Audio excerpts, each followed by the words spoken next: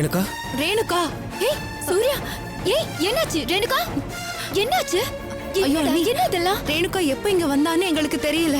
நல்ல வேளை நடந்த கலவரத்தை இவ நேர்ல பார்க்கவே இல்ல. எனக்கு ஒண்ணுமே புரியலையே. என்ன நடக்குது இங்க?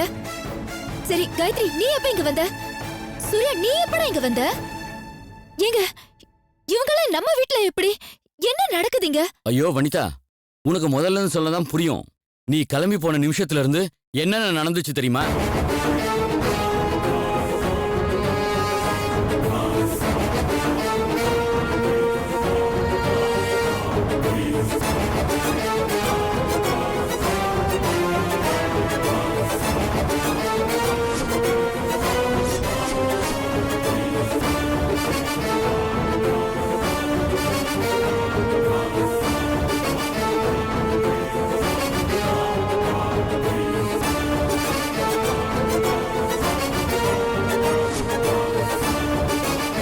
போதுமா? நமக்கு நேரம் சரியில்லை. தொந்தரவு இல்லாம தொல்லை இல்லாம தனியா நிம்மதியா இங்க இருக்கலான்னு வந்தா இங்கேயும் ஏதாவது ஒரு பிரச்சனை வந்துகிட்டே இருக்கு. சாரி மாமா, எல்லா பிரச்சனைக்கும் நான் தான் காரணம். நான் இங்க வந்ததுனால தானே அந்த வரதை இங்க வர வேண்டியதா போச்சு. அவனை பிடிக்க போலீஸ் வந்து கலவரம் ஆயிடுச்சு. என்ன மன்னிச்சிருங்க. ஐயோ உண்மையில தப்பு இல்ல சூர்யா. நல்ல வேலை உனக்கு எதுவும் நடக்காம உயிர் பொழைச்சிய, அதுவே பெரிய விஷயம். டாக்டர் வந்துட்டாங்கன்னு நினைக்கிறேன், நான் போய் கூட்டிட்டு வரேன். டேய் என்னடா நடக்குது? அது ஏன் கேக்குற? வாங்க டாக்டர். பாருங்க, எங்க ஃபேமிலி ஃப்ரெண்டு டாக்டர் வீட்டுக்கு வந்தாங்க, பேசிக்கிட்டே இருந்தாங்க, அப்படியே மயக்கம் போட்டு விழுந்துட்டாங்க. எனக்கு ஒண்ணுமே புரியல.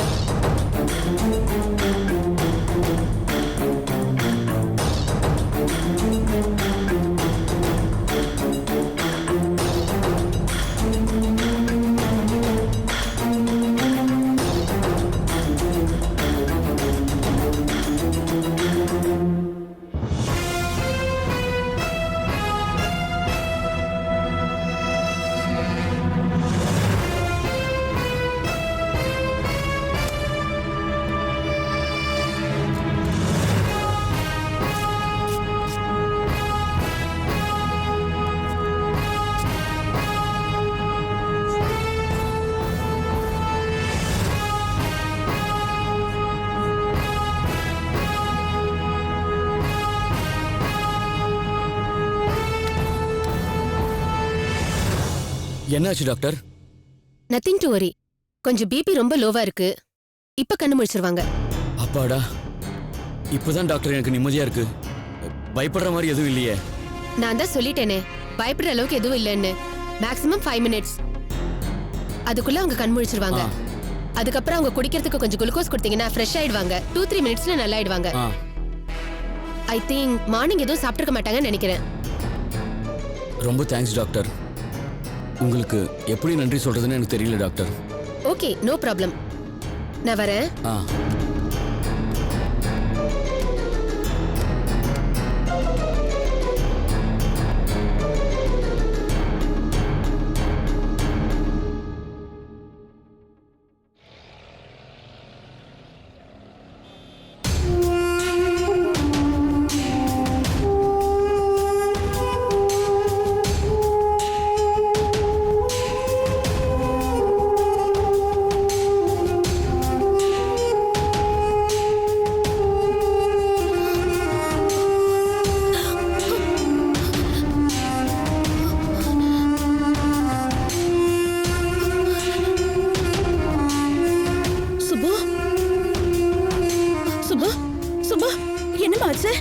என்னாச்சு சொல்லுமா சுப்பு?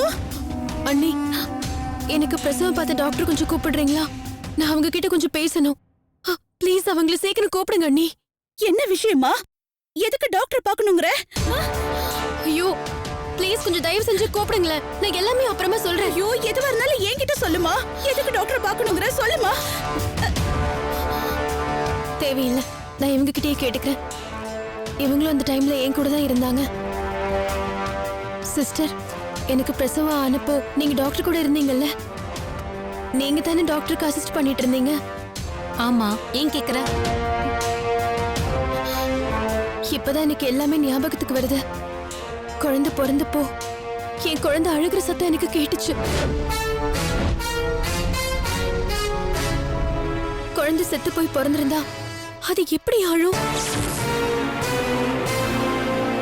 என் குழந்தை சாகலன்னு தோணுது. தயவு செஞ்சு உண்மையை சொல்லுங்க. என் குழந்தைக்கு என்ன ஆச்சு? இப்ப அது எங்க இருக்கு? ஏமா அறிவு இருக்கா உனக்கு? உன் குழந்தை செத்து போயிட்டுதா டாக்டரே சொல்றாங்க. நான் பக்கத்துல இருந்தவன். நீ என்னடானா குழந்தை அழுக சத்தம் கேட்டுச்சுன்ற? இல்ல, ப்ளீஸ் தயவு செஞ்சு உண்மையை சொல்லுங்க. நான் பொய் சொல்லல, கற்பனை பண்ணியும் பேசல. அன்னைக்கு லேபர் வார்டுக்கு என்ன கூட்டிட்டு போனப்போ என்ன நடந்துச்சுன்னு நான் ஆழமா மனசுக்குள்ள நினைச்சு பார்த்தேன். என்னோட டெலிவரி டைம்ல என் குழந்தை அழுத சத்தம் எனக்கு நல்லா கேட்டுச்சு. இதோ இப்ப கூட நான் அதை ஃபீல் பண்றேன். என் குழந்தை உயிரோட தான் இருக்கு. ப்ளீஸ் உண்மையை சொல்லுங்க, என் குழந்தை எங்க இருக்கு? ஏமா உனக்கு என்ன பைத்தியமா பிடிச்சிருக்க? இந்த மாதிரிலாம் பேசாதம்மா, பாக்குறவங்க என்ன திட்டுவாங்க. பேசாம படுமா.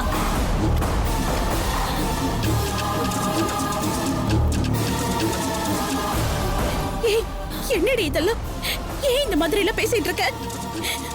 குழந்தை இறந்து போச்சு, இதுதான் உண்மை. தயவு செஞ்சு அதை நம்பு. ஏத்துக்கிறதுக்கு முயற்சி பண்ணிதாமா ஆகணும். ஜீரணிச்சுதான் ஆகணும், வேற வழியே இல்ல. இல்ல அண்ணி, என் குழந்தை சாகல. என் குழந்தை உயிரோட தான் இருக்கு. இத பாரு சுப்பு, புரிஞ்சுக்கோ. ஹாஸ்பிட்டல்ல கர்ப்பம் கலைஞ்சு போனப்போ காயத்ரிக்கு பைத்தியம் பிடிச்ச மாதிரி நீ என் குழந்தை சாகலன்னு பைத்தியம் பிடிச்சு தெரிய போறடி. சொன்னா கேளு, படு. இல்ல இல்ல இல்ல, என் குழந்தை சாகல. இதுதான் சத்தியம். என் குழந்தை உயிரோட தான் இருக்க. போதுமா? இல்லம்மா, சொன்னா கேளு, புரிஞ்சுக்கோ. இல்ல, என் குழந்தை உயிரோட தான் இருக்கு. எனக்கு அந்த நம்பிக்கை இருக்கு. இல்ல, என் குழந்தை உயிரோட தான் இருக்கு.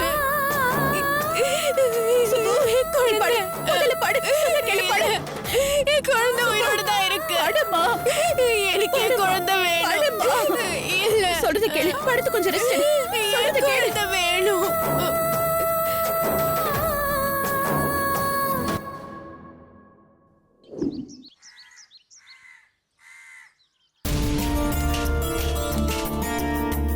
பாத்து பாத்து வர எனக்கா. உட்காரு. பாத்து. இல்ல பரவாயில்லைங்க. அத்தா, என்னாச்சுமா உனக்கு? எங்கம்மா போயிட்ட? உன்னை காணாம உன் போன் லைன் கிடைக்காம தவிச்சு போயிட்டேன் தெரியுமா? பயப்படாதீங்கம்மா, அதான் வந்துட்டால. ரேணுகாவுக்கு ஒண்ணும் இல்ல. நீ சும்மா இருடா. இவ முகத்தை பாரு, எவ்வளவு கலங்கி போயிருக்குன்னு. ஏமா, என்னதான் ஆச்சு உனக்கு? நீ எதுக்கு அந்த விமல் வீட்டுக்கு போன? அது அம்மா சொன்ன கேட்க மாட்டீங்களா? வனிதா ஏதோ பேசணும்னு சொல்லி கூப்பிட்டுருக்கா. அதுக்காக இவனும் கிளம்பி போயிருக்கா. போன இடத்துல பிபி கொஞ்சம் லோ ஆகி மயக்கம் போட்டு விழுந்திருக்கா. என்னது, மயக்கம் போட்டு விழுந்துட்டியா? அது என்னம்மா, என்ன திடீர்னு? காலையில ஒழுங்கா தானே சாப்பிட்ட? அத்த, டென்ஷன் ஆகாதீங்க. இப்ப எனக்கு ஒண்ணும் இல்ல, நான் நார்மலா தான் இருக்கேன். பதறாதீங்கம்மா, டாக்டர் கிட்ட காமிச்சாச்சு. ரேணுகாவுக்கு ஒண்ணும் இல்ல. கொஞ்ச நேரம் ரெஸ்ட் எடுத்தானா எல்லாம் சரியாயிடும்.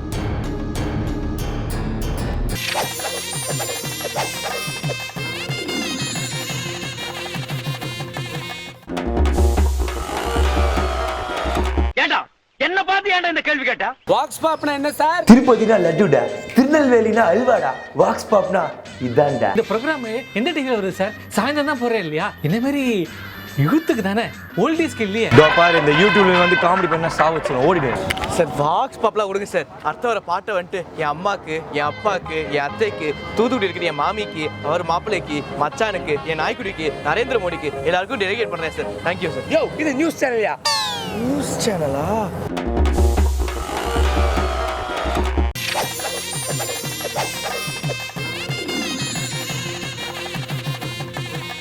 பிபி எல்லாருக்கும் ஏறுறது இறங்குறதும் எல்லாருக்கும் சகஜம்தாம்மா. ஏன் எதனால ஆராய்ச்சி பண்ணி பிரயோஜனம் இல்ல. அவ கொஞ்ச நேரம் ரெஸ்ட் எடுக்கட்டுமா. ரேணுகா நீ உள்ள போமா. ஏன்பா இவ இங்க இருந்து கிளம்பும் போது நல்லா தானே இருந்தா? திடீர்னு எப்படி லோ பிபி அது இதுன்னு எனக்கு எதுவுமே புரியலையே. உங்களுக்கு ஒண்ணும் புரிய வேண்டாமா. இவ எங்க போனா போன் கிடைக்கலன்னு கவலைப்பட்டீங்க. இப்ப ஆள் நேர்லயே வந்துட்டால. ரேணுகா நீ உள்ள போய் ரெஸ்ட் எடுத்துக்க. ரேணுகா ஜூஸ் ஏதாவது போட்டு எடுத்துட்டு வரட்டுமாமா? அதெல்லாம் ஒண்ணு வேண்டாம் அத்தை. கொஞ்ச நேரம் ரெஸ்ட் எடுத்தா சரியாயிடும். சரி போய் படுத்துக்கோ. அம்மா நீங்க போய் உங்க வேலையை பாருங்கம்மா. தேவையில்லாம சின்ன விஷயத்தெல்லாம் பெருசு பண்ணி நீங்களும் டென்ஷன் ஆகி மத்தவங்களும் டென்ஷன் ஆக்கிக்கிட்டு எதுக்குமா இந்த தேவையில்லாத வேலை? போங்கம்மா.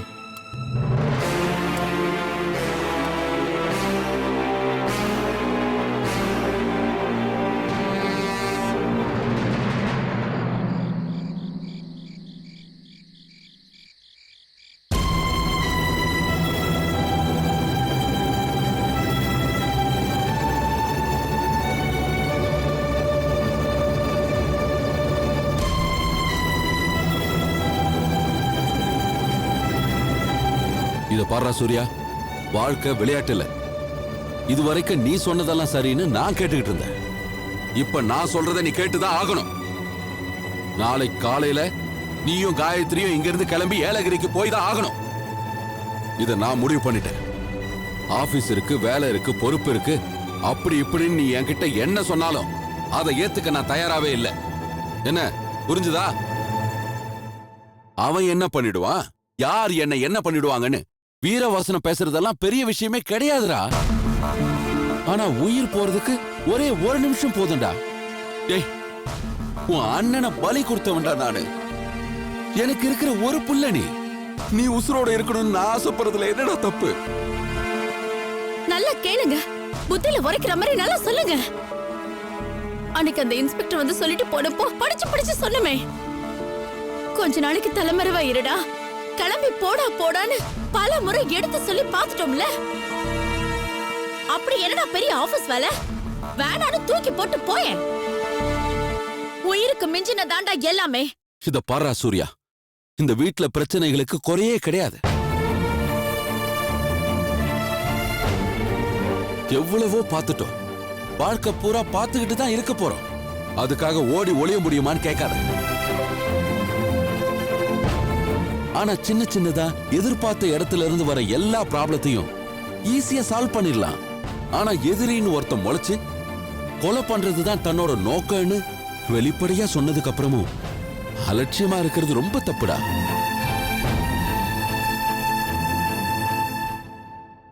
தப்பா நினைச்சுக்காதீங்க சூர்யா, எனக்கும் மாமா சொல்றதுதான் சரின்னு படுது. அவரோட விருப்பத்துக்கு ஒரு 4 நாள் ஏலகிரிக்கு போயிட்டு வரலாமே. இத பாருடா, 3 நாள் 4 நாள் 5 நாள்னு நீங்களா வகுத்துக்காதீங்க. என்ன புரிஞ்சுதா?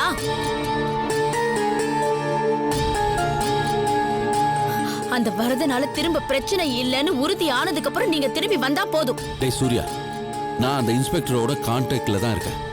டெய்லி அவருக்கு போன் பண்ணி பேசுறேன். என்னாச்சு, வரதனை பிடிச்சிட்டீங்களா, என்ன ஏதுன்னு அப்பப்பா கேட்டு தெரிஞ்சுக்கிட்டு தான் இருப்பேன். அவனை பிடிச்சாச்சு, அவனை ஜெயில அடைச்சாச்சு, பிரச்சனை இல்லைன்னு தெரிஞ்சதுக்கு அப்புறம் அடுத்த நிமிஷம் நானே உனக்கு போன் பண்றேன். அதுக்கப்புறம் நீ கிளம்பி வந்தா போதும்டா. ஏண்டா இப்படி மாத்தி பேசிக்கிட்டு இருக்கோமே, புடிச்சு வச்ச பிள்ளையார் மாதிரி இப்படி உட்காந்துக்கிட்டு இருக்கியே, சரின்னு சொல்லேண்டா. ஏலகிரிக்கு இதுக்கு முன்னாடி நீ போயிருக்க மாட்டேன்னு நினைக்கிறேன். சின்ன மலை தான், ஆனா ரொம்ப அழகா இருக்கும் தெரியுமா? ஏற்காடு மாதிரி, ஊட்டி, கொடைக்கானல் மாதிரி பெரிய வசதி எல்லாம் இல்லைன்னாலும் அந்த ஊரை பார்த்தா உனக்கு கண்டிப்பா பிடிச்சு போயிடும்டா. சந்தோஷமா போயிட்டு வாயேண்டா.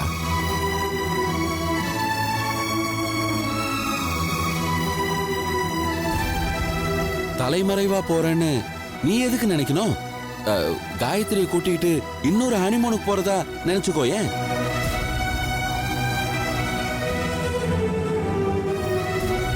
சூர்யா, இதுக்கு மேல மாமாவை கெஞ்ச வைக்காதீங்க. தயவு செஞ்சு சரின்னு சொல்லுங்க. இத பார் சூர்யா, எதுவும் நடக்காதப்போ நான் உன்னை பயமுறுத்தி அனுப்பி வைக்கல. இவ்வளவு சம்பவம் நடந்து முடிஞ்சதுக்கு அப்புறமும் அதை அலட்சியப்படுத்துறது தப்புடா. உன் நல்லதுக்கு தாண்டா சொல்றோம். தயவு செஞ்சு மறுக்காம போயிட்டு வாங்க. சரிப்பா, நாங்க கிளம்புறோம். சரி காயத்ரி, எல்லா ட்ரெஸ் எடுத்து பேக் பண்ணி வை. அப்பாடா, இப்பதான் எனக்கு நிம்மதியா இருக்கு. காயத்ரி, தேவையானதெல்லாம் எடுத்து வச்சுக்கோமா. நாளைக்கு கொஞ்சம் சீக்கிரமா கிளம்பணும். சரி என்னப்பா? சரிடா. அப்ப நான் என் ஃப்ரெண்டுக்கு ஃபோன் பண்ணி கெஸ்ட் ஹவுஸ் ரெடி பண்ணி வைக்க சொல்றேன். ஓகேவா? சரிப்பா, வா காயத்ரி.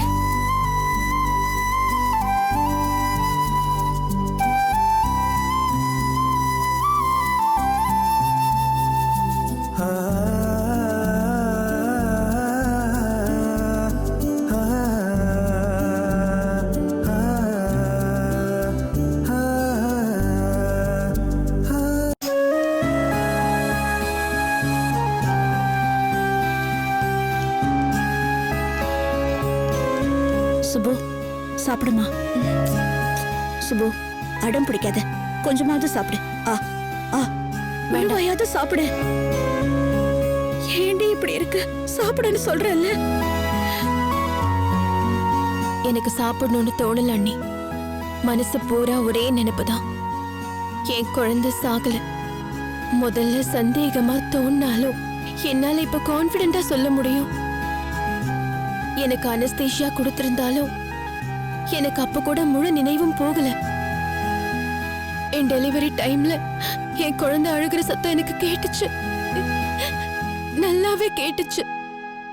ரொம்ப நேரம் இல்லைன்னாலும் ஒரு 2 செகண்ட் எனக்கு நல்லாவே கேட்டுச்சு. பாரு சுப்பு, நிஜமாவே இது உன் பிரம்மதான். உன் குழந்தை அழுதுருந்தா வெளியில நிக்கிற எங்களுக்கு கண்டிப்பா சத்தம் கேட்டிருக்கோம்ல. பாரு, சொல்ல போனா குழந்தையோட அழுக சத்தம் எப்படா கேட்கும்னு நாங்க எதிர்பார்த்துட்டு இருந்தோம் தெரியுமா? உங்க அண்ணன் சொல்றது உண்மைதான். பிரசவ நேரத்துல உனக்கு கண்டபடி பிபி வேற ஜாஸ்தி ஆயிடுச்சு. டாக்டரும் கொஞ்சம் கவலைப்பட்டு எங்ககிட்ட சொல்லிட்டு தான் இருந்தாங்க. அனஸ்தீசியா கொடுத்ததுக்கு அப்புறமும் உனக்கு முழுசா மயக்கம் வரல. நீ அப்ப என்ன கண்டிஷன்ல இருந்தேன்னு சொல்லவே முடியாது சுப்பு. சொல்ல போனா உனக்கு ஏதாவது ஆபத்து வந்துருமோனுதான் எங்களுக்கு ரொம்ப பயமா இருந்தது.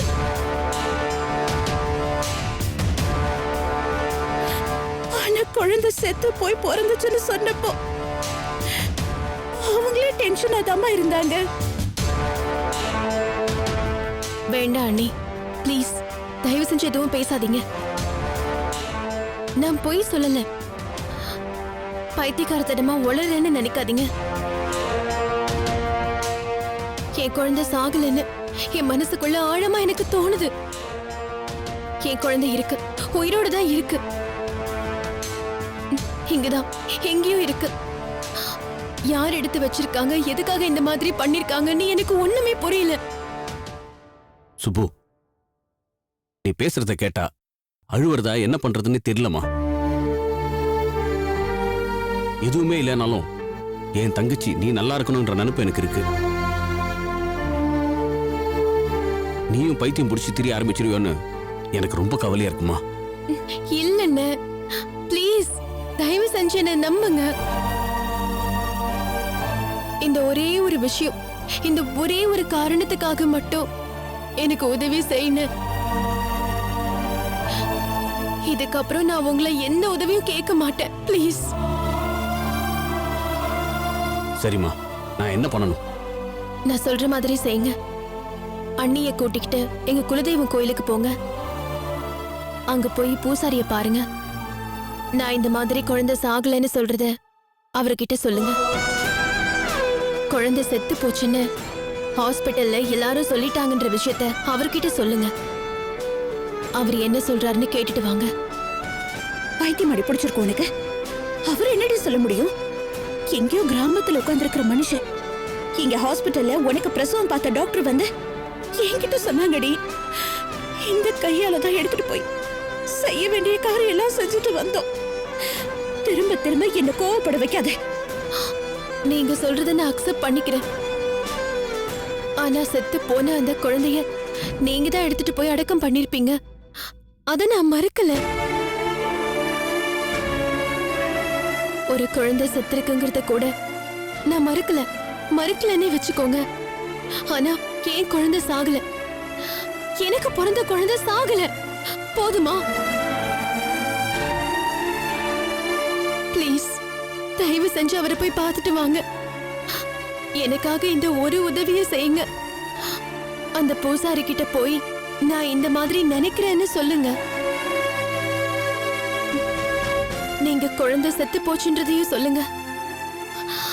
நீங்க தான் அடக்கம் பண்ணீங்கன்றதையும் சொல்லுங்க. அவரு என்ன சொல்றாருன்னு தெரிஞ்சதுக்கு அப்புறமாவது. சரிம்மா, கோயிலுக்கு போயிட்டு வரதுல எனக்கு எந்த பிரச்சனையும் இல்ல. ஆனா இனிமே அவர் என்ன சொல்லி என்ன பிரயோஜனம்? நான் சொன்னதையே அவரும் சொல்றாரான்னு பாருங்கண்ணே. குழந்தை செத்திருக்க வாய்ப்பில்லைங்கிற வார்த்தை அவர் வாயிலிருந்து வரும்னு எதிர்பார்க்கிறேன். அது மட்டும் வந்துருச்சுன்னா. சரிம்மா, இதுதான் உனக்கு சந்தோஷம் தரும்னா இதையும் நான் செய்யறேன். உங்க அண்ணியை கூட்டிட்டு நான் போய் அவரை பார்க்கறேன். ரொம்ப தேங்க்ஸ்ண்ணே. நாங்க போய் பார்த்துட்டு வரோம். நீ முதல்ல சாப்பிடு. புடி.